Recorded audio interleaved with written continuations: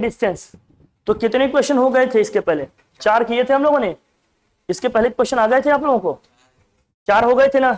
मैं एक बार फटाफट इनको फिर से बताता हूं जो हम लोगों ने किए हैं इसके पहले, फिर आगे हम लोग जो करना है करते हैं। मैक्सिमम क्वेश्चन जो भी होगा इसके सॉल्व करेंगे, ध्यान से देखना। अगर नोट करना होगा तो मेरे साथ ही नोट करिएगा, अदरवाइज मैं आपको ये शेयर कर दूंगा, आप आराम से लिखिएगा, लेकिन साथ साथ करना, डिस्टर्ब नहीं करना, आराम से एकदम साथ बने रहिए, करिए। पहला क्वेश्चन देखिए, इसमें हमने कहा था टी रेशियो बस यूज करना है। इसमें बेसिकली हमें क्या यूज करना है? बस केवल और केवल क्या यूज करना है?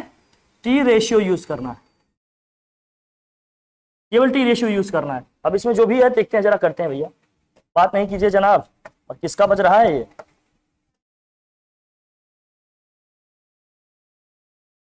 ये है ट्रायंगल दिया है आपको। क्वेश्चन जो दिया है इसमें देखिए क्या है, a circus artist is climbing a 20 meter long rope which is tightly stretched and tied from the top of a vertical pole to the ground. Find the height of the pole if the angle made by the rope with the ground level is 30 degree. Figure में जैसा दिखाया गया है, ground के साथ इसका angle कितना बन रहा है? 30 डिग्री का बन रहा है। और ये रोप की जो लेंथ है वो कितनी है? 20 मीटर। इसकी हाइट पूछी जा रही है। हाइट पूछी जा रही है मींस क्या पूछा जा रहा है हमसे? ये h पूछा जा रहा है, AB।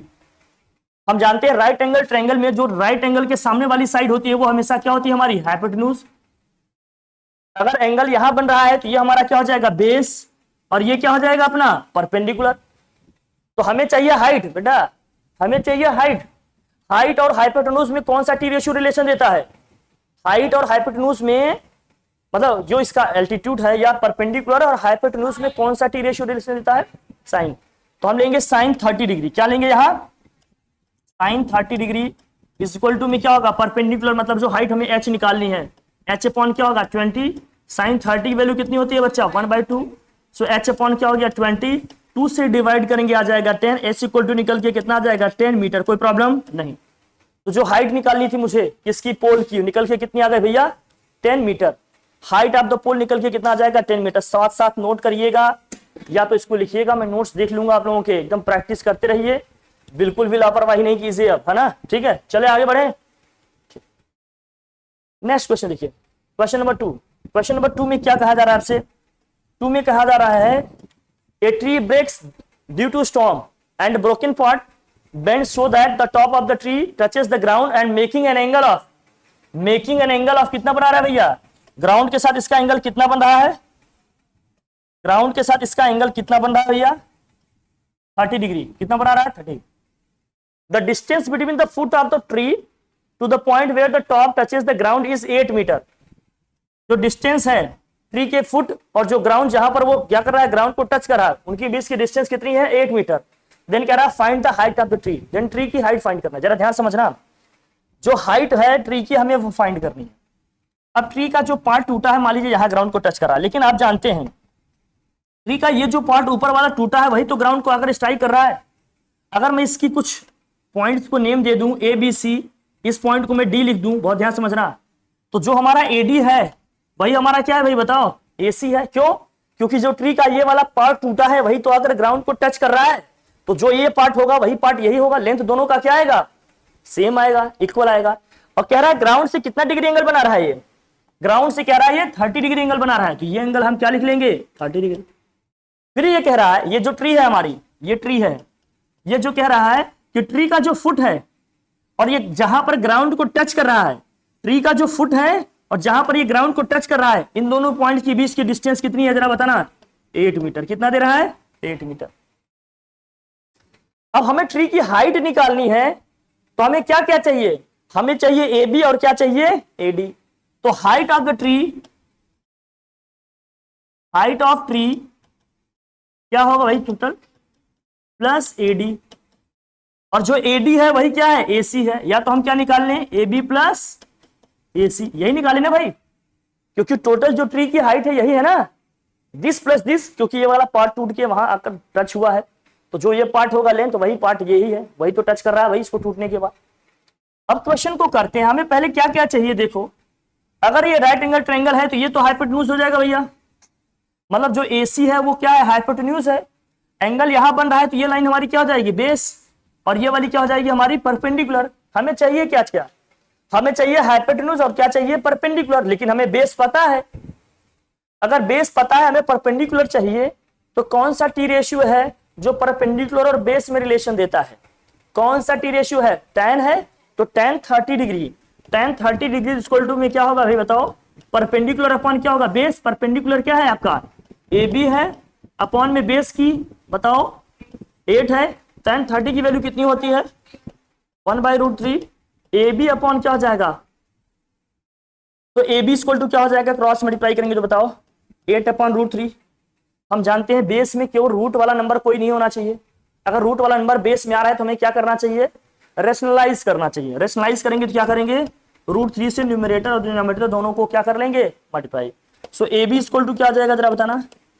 8√3 अपॉन में क्या आ जाएगा? 3 मीटर। ये आ गया AB हमारा। AB की लेंथ निकल के आ गई। अब AB निकल गई तो सेकंड टारगेट हमारा क्या होना चाहिए? क्या निकालना है अपने को बताओ भाई? अब जब AB आ गया तो सेकंड टारगेट क्या है अपना निकालना है? बताओ बोलो। AB आ जाने के बाद हमें क्या निकालना चाहिए?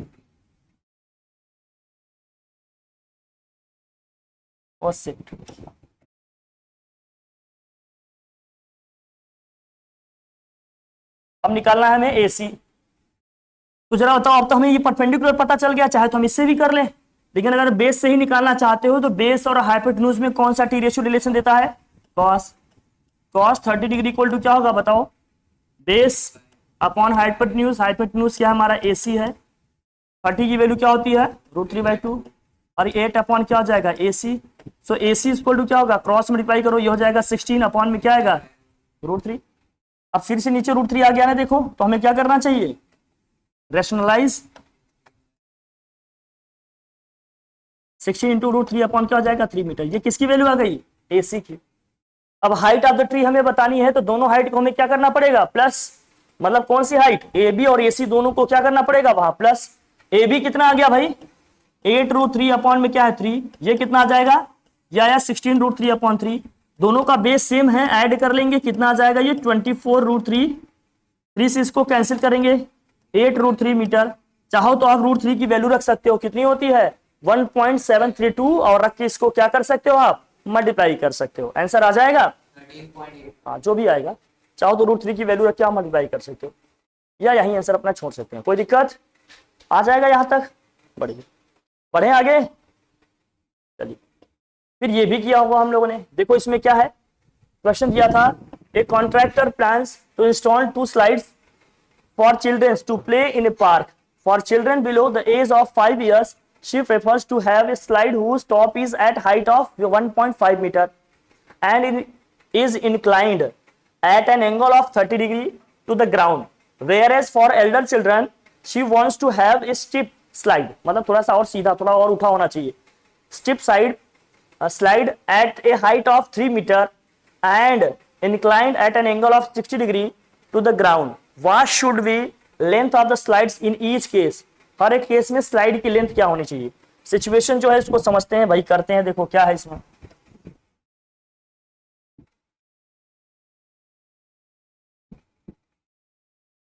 अब देखिए, अब एक ये है, पहली सिचुएशन ये है कि ये हाइट कितनी है ग्राउंड से इसकी? 1.5 मीटर। मान लेते हैं इस पॉइंट को A, ये B, ये कौन सा है? तब ये ग्राउंड से कितना एंगल बना रहा है भाई? तब ये ग्राउंड से बना रहा है कितना? 30 डिग्री। कितना बना रहा है? 30 डिग्री। अब इस केस में ये जो स्लाइड है ना, AC जो हमारा स्लाइड है, ये हमें बतानी है। AC जो स्लाइड है इसकी हमें क्या बतानी है? लेंथ बतानी है। AC जो स्लाइड है उसकी हमें क्या बतानी है? लेंथ। तो जरा मुझे बताना, अगर AC स्लाइड की मुझे लेंथ बतानी है तो ये है हमारा परपेंडिकुलर, ये है हाइपोटेन्यूज।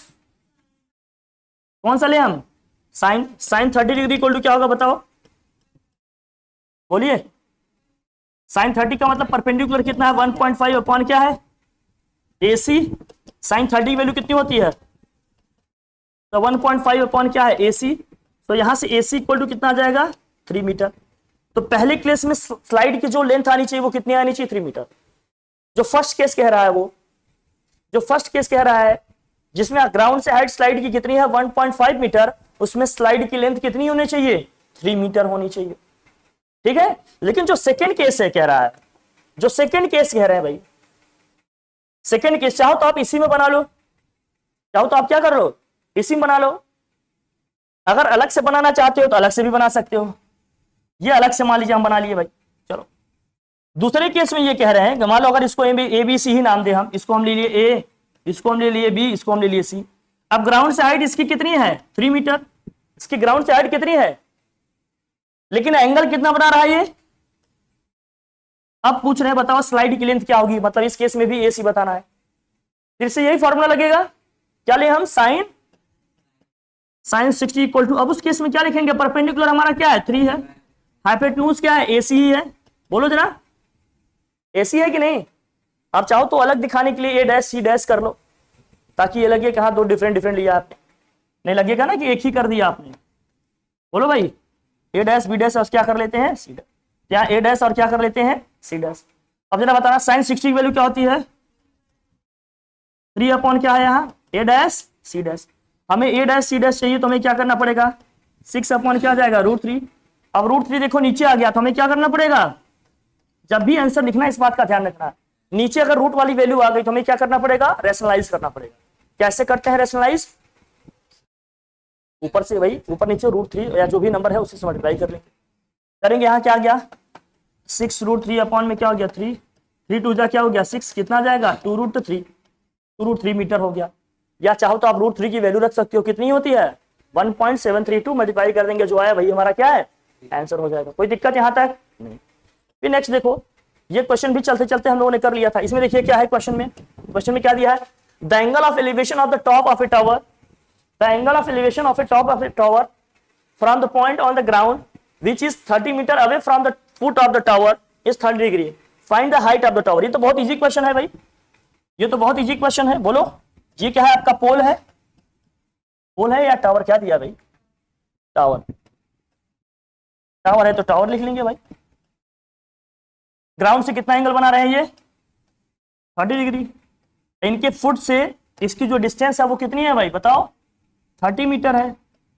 हमें इसकी हाइट बतानी है, बता लोगे कौन सा टी रेशियो लगेगा, ये हो गया परपेंडिकुलर, ये है बेस, परपेंडिकुलर बेस में कौन सा टी रेशियो रिलेशन देता है tan, ले लेंगे tan 30 डिग्री, सो हो जाएगा tan 30 डिग्री इक्वल टू क्या हो गया h अपॉन 30, tan 30 की वैल्यू होती है 1/√3, h अपॉन क्या जाएगा 30, सो h इक्वल टू क्या आ गया 30 अपॉन √3। अब हम इसको करेंगे रैशनलाइज, क्या आ जाएगा 30 √3 अपॉन में क्या जाएगा 3, डिवाइड करिए इसको क्या आएगा 10 √3। आप चाहो तो √3 की वैल्यू रख सकते हो, √3 की वैल्यू क्या होती है 1.732, मल्टीप्लाई कर देंगे आंसर आ जाएगा। टावर की हाइट निकल के आ गई, बोलो भाई हाइट ऑफ द टावर निकल के आ गया क्या, ठीक है। अभी हम लोग ना पढ़ने का पैटर्न अपना चेंज करेंगे, अब जो भी आपके चैप्टर्स कंप्लीट होंगे तुरंत टेस्ट कराएंगे बिना एक भी दिन गैप दिए। आज चैप्टर कंप्लीट होगा तो कल ही इसका टेस्ट होगा, इस बात का इंतजार मत करिएगा कि टेस्ट वाली डेट बताई जाएगी आपको, और कोई भी एब्सेंट नहीं हो सकता क्योंकि हर एक चैप्टर का 3-3 सेट बनवाऊंगा, टेस्ट का 3-3 सेट्स बनेंगे।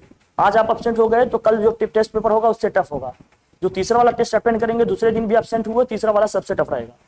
वो मार्क्स डिस्कस करेंगे, जितने कम मार्क्स आपके आएंगे टेस्ट से उतनी बार आपको उसको रिपीट करने के लिए रिवाइज करने के लिए बोलेंगे, उतनी बार क्वेश्चन लिख के लाओगे आप, सॉल्व करके प्रैक्टिस करके लाओगे, जितने मार्क्स कम होंगे उतनी बार लिखवाएंगे, याद रखना प्रैक्टिस ऐसे करवाएंगे तब जाकर लेवल बनेगा। हटाए से चलो भाई नेक्स्ट देखिए क्वेश्चन कह रहा है, a kite is flying at a height of 60 metre, बहुत ध्यान देखना, a kite is flying at a height of 60 metre above the ground, तो क्या दिया string attached to the kite is temporarily tied to a point on the ground, the inclination of the string with the ground is 60 degree, find the length of the string assuming that there is no slack in string।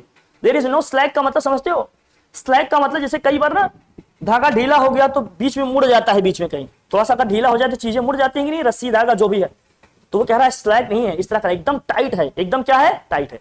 तो जिस height पे kite है हमारी, kite तो मैं नहीं लगता ठीक से बना पाऊंगा, फिर भी मैं कोशिश करता हूं शायद मैं बना लूं।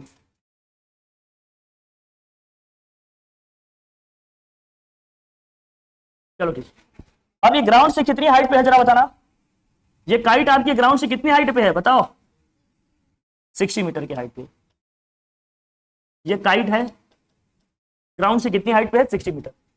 जो इसमें स्ट्रिंग लगी है, जो इसमें धागा लगा है, जो इसमें रस्सी लगी है, ग्राउंड से कितना एंगल बना रही है बताओ, ग्राउंड से कितना एंगल बना रही है, ये इसकी स्ट्रिंग है कितना बना रही है 60 डिग्री बना रही है, तो 60 मीटर हाइट पे उड़ रही है और जो स्ट्रिंग है इसकी ग्राउंड से कितना डिग्री एंगल बना रही है, 60 डिग्री एंगल बना रही है। पूछा क्या जा रहा है आपसे, ये राइट एंगल ट्रायंगल होगा। पूछा क्या जा रहा है, find the length of the string, मतलब ये अपने से पूछा जा रहा है, लेंथ ऑफ द स्ट्रिंग ये पूछा जा रहा है आपसे। एल कौन सा टी रेशियो है जो परपेंडिकुलर और हाइपोटेन्यूज में रिलेशन देगा, कौन सा टी रेशियो है, आपको ये दिख रहा है ना। अगर हमने डायग्राम ड्रॉ कर लिया, फिगर ड्रॉ कर लिया, तो क्या क्वेश्चन सॉल्व करने में प्रॉब्लम आएगी क्या? पूरा गेम किसमें है, फिगर ड्रॉ करने में। उसके बाद साइन कॉस टैन यही लग रहा है, और कुछ लग रहा है क्या? पूरा फोकस अपना डायग्राम ड्रॉ करने में लगाओ, उसके बाद क्वेश्चन अपने आप बनने लगेगा। बोलो सही है कि नहीं है, बोल भाई, लिख सीधे बैठ। तो करोगे कैसे आएगा जरा देखना, ये आ जाएगा साइन 60 डिग्री इक्वल टू में क्या हो जाएगा बेटा बता, 60 अपॉन में क्या होगा L, length of the string हमने अगर एल माना है तो साइन 60 की वैल्यू क्या होती है √3/2, क्या जाएगा 60 upon L. So L equal to क्या जाएगा 60 इंटू 2, इस होल अपॉन क्या होगा √3, √3 से ऊपर नीचे मल्टीप्लाई कर लो, क्या आएगा जरा बताना। 120 इंटू √3 अपॉन क्या हो जाएगा 3 से कैंसिल करो कितना आ जाएगा 40, तो एल इक्वल टू कितना आ जाएगा 40 √3 मीटर, या क्या करना है √3 की वैल्यू रखो 1.732 मल्टीप्लाई कर लो, जो है वही हमारा क्या है आंसर। कोई दिक्कत, सॉल्व हो गया क्या ये बताओ, ऐसे ही होगा ये, कर लो, करो भाई जल्दी करो, चलो हो गया। चले नेक्स्ट, सीधे बैठो भाई, क्या कर रही हो तुम, नोट किए, ठीक ठीक ठीक, चलो हम देख लेंगे क्या इसमें। देखिए a 1.5 meter tall boy is standing at some distance from 30 meter tall building. The angle of elevation from his eye to the top of the building increases from 30 degree to 60 degree as he walks towards the building. देखो जब building या tower के पास आएगा ना कोई आदमी, तब उसका एंगल ऑफ एलिवेशन क्या होगा, बढ़ेगा। एंगल ऑफ एलिवेशन कब बढ़ेगा, जब बिल्डिंग या टावर के हम क्या होंगे पास आएंगे, तभी तो ऐसे अपनी नजर या आंख उठा के ऊपर देखेंगे ना ज्यादा से ज्यादा, तो एंगल ऑफ एलिवेशन क्या होगा ज्यादा बनेगा। टुवर्ड्स द बिल्डिंग बोल भी रहा है, find the distance she walked towards what, he walked towards the building, कितना डिस्टेंस वो चला वो बताना। पहले सिचुएशन जो है समझना भाई,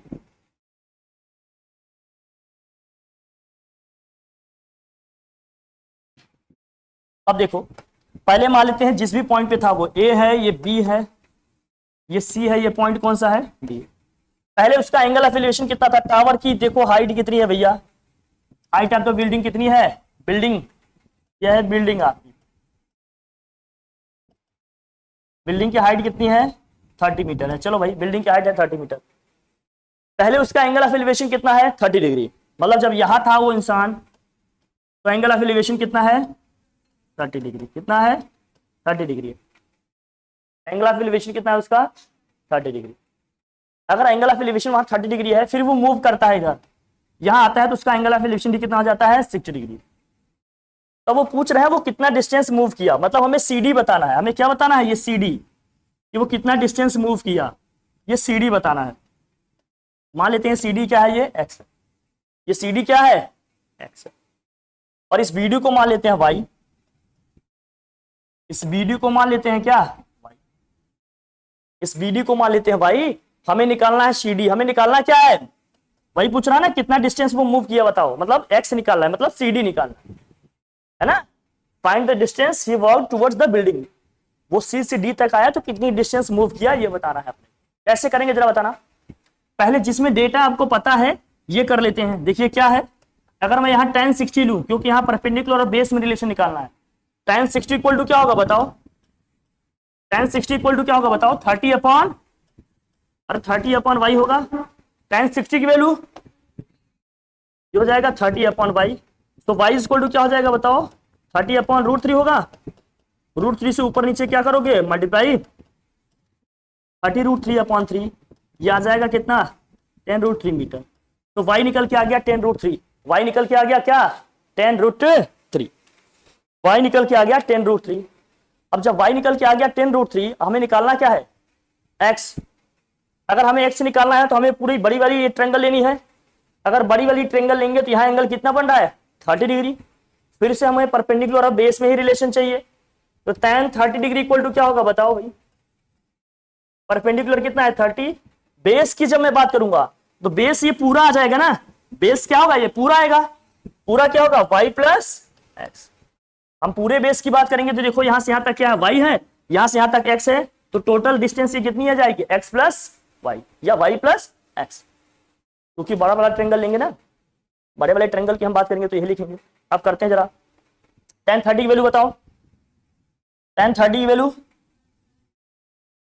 1/√3, ये 30 अपन वाई की वैल्यू क्या आ गई जरा बताना, tan√3 आया प्लस एक्स, एक्स चाहिए हमें, सॉल्व कर लेंगे, क्रॉस मल्टीप्लाई करो, एक्स इक्वल टू कितना आ जाएगा भाई, क्रॉस मल्टीप्लाई करेंगे X plus tan√3 equal to वहां क्या होगा 30√3, ट्रांसफर करेंगे उधर जाएगा माइनस होगा भैया, कितना आ जाएगा 20√3 मीटर, यही आएगा। tan√3 उधर जाएगा तो माइनस होगा, 30√3 में से tan√3 को माइनस करेंगे क्या आ जाएगा 20√3 आ जाएगा। क्या सिंपल कैलकुलेशन है, समझ लेने की बात कर लोगे कि नहीं आप लोग, बताओ आप बेटा बता।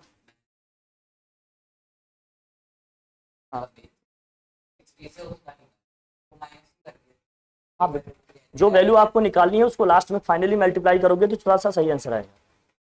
अब यहाँ √3 की वैल्यू चाहो तो आप रख लो, 1.732 मल्टीप्लाई कर देना, जो आना होगा वो आंसर आ जाएगा, ना कोई दिक्कत कोई प्रॉब्लम। आगे बढ़े, नेक्स्ट देखिए question number 7, from A point on the ground the angles of elevation of the bottom of and top of A transmission tower fixed at A top of 20 meter high building are 45 degree and 60 degree respectively. Find the height of the tower. From a point on the ground, the angle of elevation of bottom and top of a tower. Bottom and what? Top of a tower. ध्यान से रखना। Fix eight क्या दिया है, top of A 20 meter high building. एक building है, एक क्या है भाई, बिल्डिंग है, एक बिल्डिंग है, इस बिल्डिंग के ऊपर क्या है, एक टावर है बच्चा,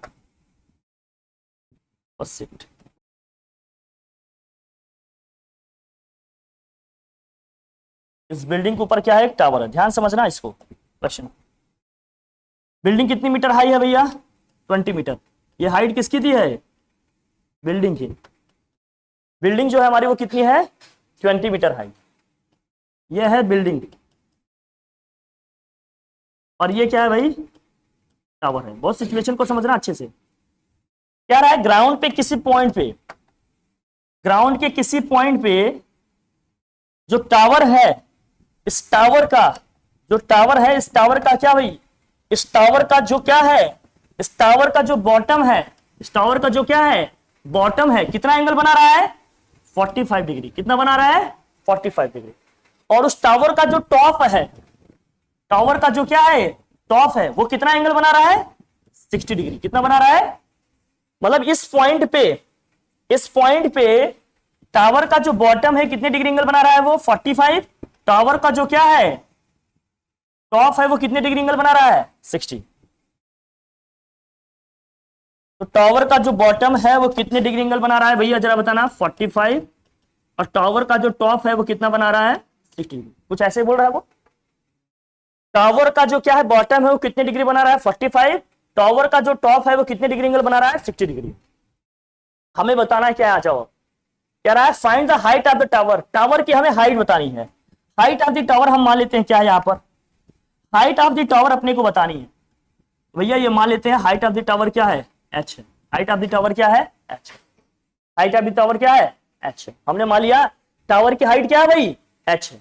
अब जरा बताना, अगर टावर की हाइट हमने h मान ली तो ये पूरी हाइट यहां से यहां तक कितनी हो गई 20 प्लस h। कितना हो जाएगा भाई 20 प्लस h। कितना हो जाएगा 20 प्लस h। कोई प्रॉब्लम नहीं। अब अगर मैं ये ग्राउंड की मुझे ये डिस्टेंस या लेंथ वगैरह हमें नहीं पता, इसको मैं क्या मान लू x, इसको मैं क्या मान लू x। अब जरा मुझे बताना, अगर मैं tan के 45 लूं, अगर कुछ नाम देना चाहो तो नाम दे सकते हो आप, वैसे तो कुछ जरूरत नहीं है, फिर भी देख लो। अगर मान लीजिए a b c और इस पॉइंट को मान लेता हूं क्या मैं d। अगर मैं a b c में देखूं, ट्रायंगल a b c में देखूं, tan 45 लूं, किसमें भैया ट्रायंगल a b c में देख रहा हूं और tan 45 ले रहा हूं। tan का मतलब क्या होगा परपेंडिकुलर अपॉन बेस। परपेंडिकुलर क्या है यहां पर 20 है, बेस क्या है यहां पर x है। तो क्या हो जाएगा 20/x। tan 45 की वैल्यू क्या होती है 1, सो 20 क्या आ जाएगा x। तो यहां से x की वैल्यू निकल के कितनी आ जाएगी 20 मीटर। x की वैल्यू निकल के कितनी आ जाएगी 20 मीटर।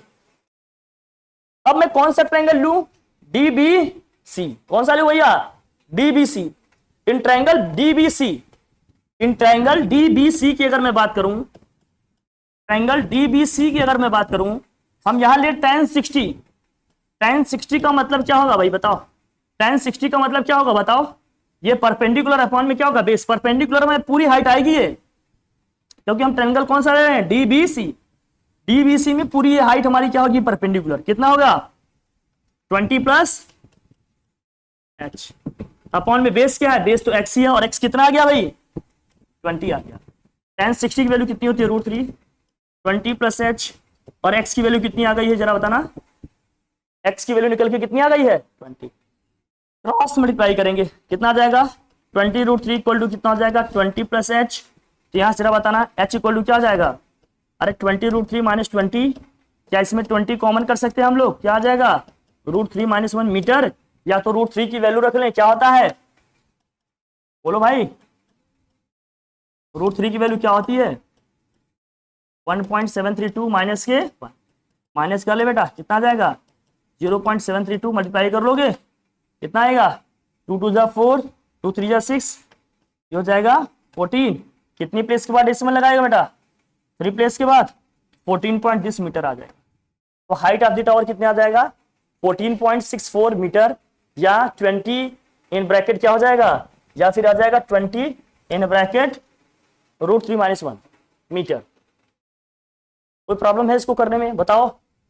बस डायग्राम बन जाए, पिक्चर बन जाए तो सब कुछ लिखा जा सकता है, और प्रैक्टिस करना पड़ेगा थोड़ा सा। बोलो कुछ टफ है क्या, नहीं कर लेंगे ना। कोई फॉर्मूला अलग से लग रहा है क्या, वही टी रेशियो बार बार लग रहे हैं, sine cos tan sine cos tan sine cos tan, बार बार वही आ रहा है ना, पूरा वही टी रेशियो ही लग रहा है इसमें बार बार। इसको करना इतना डिफिकल्ट नहीं है, बस ये समझ जाओ कि क्या करना है, उसके बाद तो सब आ ही जाएगा है ना भाई। कोई दिक्कत, डन। चले आगे नेक्स्ट देखिए। A statue 1.6 meter tall stands on a top of a pedestal. From a point on the ground, the angle of elevation of the top of the statue is 60 degree. Statue की क्या है भाई 60 degree. And from the same point, the angle of elevation of the top of the pedestal कितना दिया है 45 degree. Find the height of the pedestal. निकालोगे यार, जो फाउंडेशन होता है जिसके ऊपर स्ट्रेचर वगैरह रखा जाता है उसकी बात कर रहे हैं, निकालोगे। चलो करो, कैसे निकालोगे भाई बताओ। स्टैचू कितना है भैया, कितना लंबा है स्टैचू 1 पॉइंट, उसके ऊपर क्या रखा है, एक क्या है स्टैचू है। किस टाइप की स्टैचू रखते हैं भाई, हाँ चलो कुछ इस टाइप का ले, हाँ कुछ ले लीजिए। क्या रखा जाए बताओ।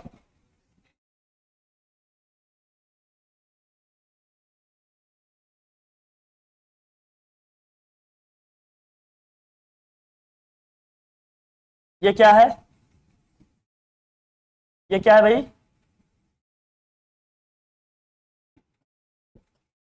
पेडेस्टॉल मान लीजिए। ये क्या है ऊपर वाला स्टैचू, क्या है भाई ये। अब ग्राउंड से देखो इनका क्या क्या दिया है भाई, देखो समझो ध्यान से। ग्राउंड को लेकर इन लोगों को क्या क्या दिया है भाई, देखो इसका एंगल कितना बन रहा है ध्यान समझना आप। इसका क्या एंगल बन रहा है ये हमें समझना पड़ेगा। हाँ अब देखो क्या कह रहे हैं, from the point on the ground the angle of elevation of the top of the statue is 60 degree. जो स्टैचू का टॉप पॉइंट है उसका जो एंगल ऑफ एलिवेशन है ग्राउंड से कितना बन रहा है 60 डिग्री। ये कितना डिग्री बन रहा है भाई 60 डिग्री, ये दिया। फिर क्या कह रहे हैं वो, and from the same point the angle of elevation of the top of the pedestal, मतलब इसका इसी सेम पॉइंट से इसका जो एंगल ऑफ क्या बन रहा है एलिवेशन कितनी डिग्री है, बोलो कितनी डिग्री है 45 डिग्री। कितना है 45 डिग्री, उसका है 60 डिग्री। स्टैचू का जो टॉप है उस पॉइंट पे कितना एंगल ऑफ एलिवेशन सबटेंड कर रहा है, 60 डिग्री। लेकिन उसी सेम पॉइंट पे पेडेस्टॉल का जो टॉप है वो कितने डिग्री एंगल, 45 डिग्री। अब निकालना क्या है आपको, find the height of the, यही निकालना है। स्टैचू 1.6 मीटर टॉल, इसकी जो हाइट है, किसकी हाइट दिया है, स्टैचू की हाइट कितना दिया है। अब इसकी हाइट हम मान लेते हैं कितनी है इस केस में, h है। इसकी हाइट मान लेते हैं कितनी है, h। तो अगर मुझे पूरी हाइट निकालनी हो तो कैसे निकलेगा भाई बताओ, कितना है, h प्लस 1.6, h प्लस क्या हो जाएगा 1.6। अगर मैं 1045 लूंगा, इसको x मानो, अगर मैं 1045 लूंगा तो इस छोटे वाले ट्रायंगल की बात होगी। 1045 इज इक्वल टू क्या होगा जरा बताना, 1045 का मतलब कितना होगा भाई बताओ, परपेंडिकुलर अपॉन परपेंडिकुलर क्या है, h, बेस क्या है जरा बताना, perpendicular 1045 value 1, h upon x, तो x इक्वल टू क्या आ जाएगा h। इसमें कोई दिक्कत, h इक्वल टू क्या आ गया h। मतलब इस जो पेडेस्टॉल की हाइट है वही क्या है हमारी, इस पॉइंट का इससे ये डिस्टेंस है, वो कितना है x है, वो डिस्टेंस कितना है भाई x। अब हमें निकालना क्या है, हमें निकालनी है h। हम ये लेते हैं, कौन सा ले, 10 अगर 60 लूं तो पूरी हाइट लेना पड़ेगा। अगर हम 10 60 डिग्री लेंगे तो ये पूरी हाइट हमें लेना पड़ेगा। लीजिए 10 60 डिग्री, 10 60 इक्वल टू क्या होगा अभी बताओ, परपेंडिकुलर अपॉन बेस, परपेंडिकुलर पूरा क्या है h प्लस 1.6 अपॉन में बेस क्या है x। 10 60 की वैल्यू क्या होती है √3, h प्लस 1.6, और x के प्लेस पे भी हम क्या रख सकते हैं h, हमें h ही चाहिए ना, इस x के प्लेस पे भी क्या रख रहे हैं हम h। क्रॉस मल्टीप्लाई करेंगे क्या होगा, √3h इक्वल टू में क्या हो जाएगा h प्लस 1.6, इसको लाके इधर माइनस करते हैं, √3h minus h equal to क्या है 1.6। h अगर कॉमन कर लें तो क्या आएगा, √3 माइनस 1 इक्वल टू क्या आ जाएगा 1.6। तो यहां से जरा बताना h इक्वल टू क्या आ जाएगा 1.6 अपॉन √3 माइनस 1। अब हमें क्या करना होगा, रैशनलाइज करेंगे। कैसे करेंगे रैशनलाइज, रैशनलाइज कैसे करोगे बताइए, √3 माइनस 1 है तो किससे मल्टीप्लाई करेंगे आप, √3 प्लस 1 से न्यूमरेटर और डिनोमिनेटर दोनों को क्या करेंगे मल्टीप्लाई करेंगे। अब इस केस में रैशनलाइजेशन कैसे होगा, जो भी नंबर्स लिखे हैं नंबर वही लिखेंगे, बस साइन चेंज करेंगे, ऊपर नीचे क्या कर लेंगे मल्टीप्लाई। तो करो भाई, h इक्वल टू क्या आ जाएगा 1.6, यहाँ आ जाएगा √3 प्लस 1, ये हो जाएगा √3 का स्क्वायर 1 का स्क्वायर 1.6, √3 की वैल्यू कितनी होती है 1.732 प्लस 1 अपॉन √3 का स्क्वायर 3, 1 का स्क्वायर 1, ये कितना आ जाएगा 2 हो गया। ये 1.6 इंटू 2.732 डिवाइडेड बाई 2 से डिवाइड करेंगे 0.8 इंटू क्या हो जाएगा 2.732, मल्टीप्लाई कर देना, जो आए वही हमारा क्या है आंसर। मल्टीप्लाई कीजिएगा, जो आए वही हमारा क्या है आंसर। कोई दिक्कत, 2 डेसिमल प्लेस तक रखिएगा बस, और कोई दिक्कत, समझ गए। पूरा बस पिक्चर फिगर ड्रॉ करने का गेम है। पिक्चर और फिगर आपने ड्रॉ कर लिया तो क्वेश्चन अपने आप आपसे क्या हो जाएंगे सॉल्व हो जाएंगे, कोई प्रॉब्लम। अब इसमें जो क्वेश्चन है आप लोग ट्राई करिएगा, जो नहीं आएंगे हम आपको बता देंगे, कल इसको कंप्लीट कर लेंगे। डन। इसके क्वेश्चन आप लोगों को जितना करा दिया है उतना प्रैक्टिस करके आओगे, जो बचे हुए हैं उनको कल प्रैक्टिस करा देंगे। अभी इसको शेयर कर देना, आप प्रैक्टिस करो बेटा कल। Thank you so much, thank you.